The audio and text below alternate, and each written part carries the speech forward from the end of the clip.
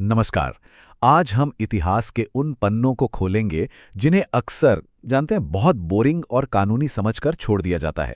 लेकिन असल में ये कोई सूखे कानूनी दस्तावेज नहीं है। अरे, ये तो हमारे इतिहास की वो कहानी है जिसमें धोखा है, दर्द है, जुनून है और आखिर में एक ऐसी जीत जिसकी किसी ने कल्पना भी नहीं की थी। तो चलिए इस मसालेदार कहानी की परतें खोलते हैं। देखिए, ये समझना बहुत ज़रूरी है कि ये जो अधिनियम थे, ये सिर्फ नियम कानून का खेल नहीं था। ये एक पूरे राष्ट्र की भावनाओं का सफ़र था। एक ऐसी कहानी जिसमें विश्वासघात है, आंसू हैं और फिर उसी दर्द से पैदा हुई एक ज़बरदस्त हिम्मत भी। तो कहानी शुरू होती है साल 1919 से। भारत में आज़ादी की आग, आप समझिए कि वो भड़क रही थी और अंग्रेज़ों के हाथ पैर फूलने लगे थे। उन्हें साफ दिख रहा था कि अगर अभी कुछ नहीं किया गया तो भारत हाथ से निकल जाएगा। तो उन्होंने एक तोहफा तैयार किया।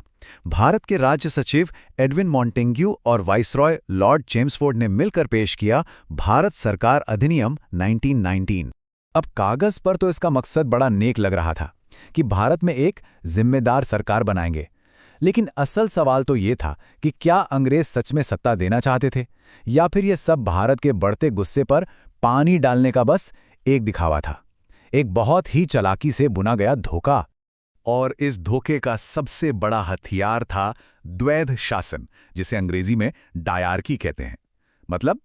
मतलब बिल्कुल सीधा सा है, दो लोगों का राज। इस सिस्टम ने प्रांतों में एक ऐसा खेल खेला जो देखने में तो भारतीयों को अधिकार दे रहा था, पर असल में उनकी मुट्ठी और कसकर बंद कर रहा था। चलिए देखते हैं कैसे।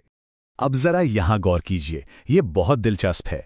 भारतीय मंत्रियों को विभाग कौन से मिले? शिक्षा, स्वास्थ्य, मतलब स्कूल बनाओ, अस्पताल खोलो, ये सब जिम्मेदारी आपकी। लेकिन खजाना यानी पैसा और पुलिस यानी डंडा, वो गवर्नर ने अपने पास रख लिया। मतलब जिम्मेदारी तो दे दी, पर उसे पूरा करने के लिए न पैसा था न ताकत। ये तो शक्ति के बिना जिम्मेदारी देने वाला एक क्रूर मजाक था। 1919 के कानून में एक बात लिखी थी कि 10 साल बाद इसकी समीक्षा की जाएगी। लेकिन अंग्रेजों को इतनी जल्दी थी कि उन्होंने 1929 का इंतजार तक नहीं किया और 2 साल पहले ही 1927 में साइमन कमीशन बना डाला। और यहीं से कहानी का अगला दर्दनाक अध्याय शुरू हुआ। अब यहाँ कहानी का सबसे बड़ा सवाल खड़ा होता है। एक कमीशन जो ये तय करने आया था कि भारतीय अपना देश चलाने के काबिल हैं भी या नहीं। एक कमीशन जो हिंदुस्तान का भविष्य लिखने वाला था। जरा सोचिए, उस कमीशन में कितने हिंदुस्तानी थे? एक भी नहीं। जी हाँ, उस 7 लोगों की कमेटी में एक भी भारतीय नहीं था। ये कोई भूल नहीं थी, ये तो पूरे भारत के स्वाभिमान पर एक सीधा हमला था, एक राष्ट्र का खुल्लम खुल्ला अपमान। इस अपमान की खबर ने पूरे देश में जैसे आग ही लगा दी। हर शहर, हर गली से बस एक ही नारा गूंज रहा था, साइमन गो बैक। लाहौर में ऐसे ही एक विरोध की अगुवाई कर रहे थे शेरे पंजाब लाला लाजपत राय। उन पर अंग्रेजों ने बेरहमी से लाठियां बरसाईं और इन्हीं गहरी चोटों की वजह से कुछ ही हफ्तों में उनकी जान चली गई।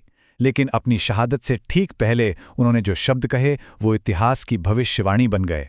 साइमन कमीशन के जबरदस्त विरोध और आजादी की बढ़ती मांग के आगे आखिरकार अंग्रेज झुके और उन्होंने एक और पहले से कहीं ज्यादा बड़ा और पेचीदा तोहफा पेश किया, भारत सरकार अधिनियम 1935। ये एक ऐसा जाल था जो दिखने में किसी आजादी के महल जैसा लगता था। इस अधिनियम ने प्रांतों में वो बेकार सा द्वैध शासन खत्म करके प्रांतीय स्वायत्ता दी, यानी प्रांतों को अपनी सरकार चलाने की आज़ादी। सुनने में तो बहुत शानदार लगता है ना? लेकिन इसमें एक बहुत बड़ा लेकिन था। गवर्नर के पास अब भी वीटो पावर थी, मतलब वो किसी भी कानून को रोक सकता था और किसी भी सरकार को बर्खास्त कर सकता था। तो मतलब ये हुआ कि प्रांतों को जो आज़ादी दी गई थी उसे केंद्र में द्वैध शासन लगाकर छीन लिया गया। रक्षा, विदेश मामले और वित्त जैसे सबसे जरूरी विभाग वायसराय के लिए आरक्षित कर दिए गए। यही तो इस अधिनियम की सबसे बड़ी चाल थी, एक हाथ से अधिकार देना और दूसरे से वापस खींच लेना। कानून बनाने की ताकत को केंद्र और प्रांतों के बीच 3 लिस्ट में बांट दिया गया।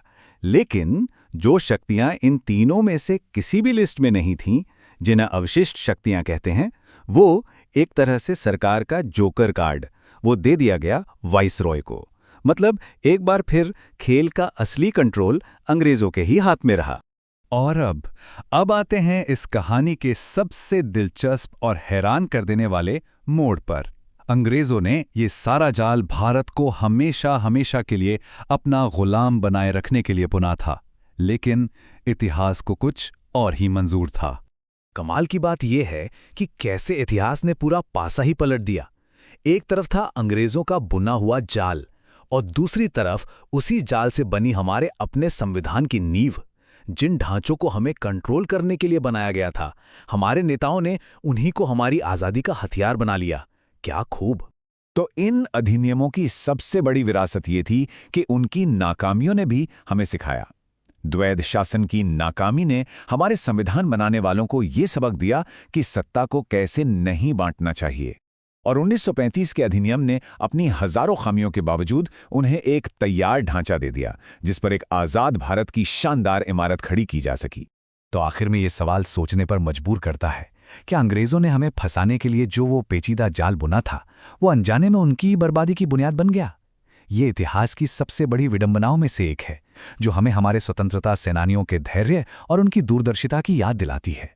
इस पर जरूर सोचिएगा।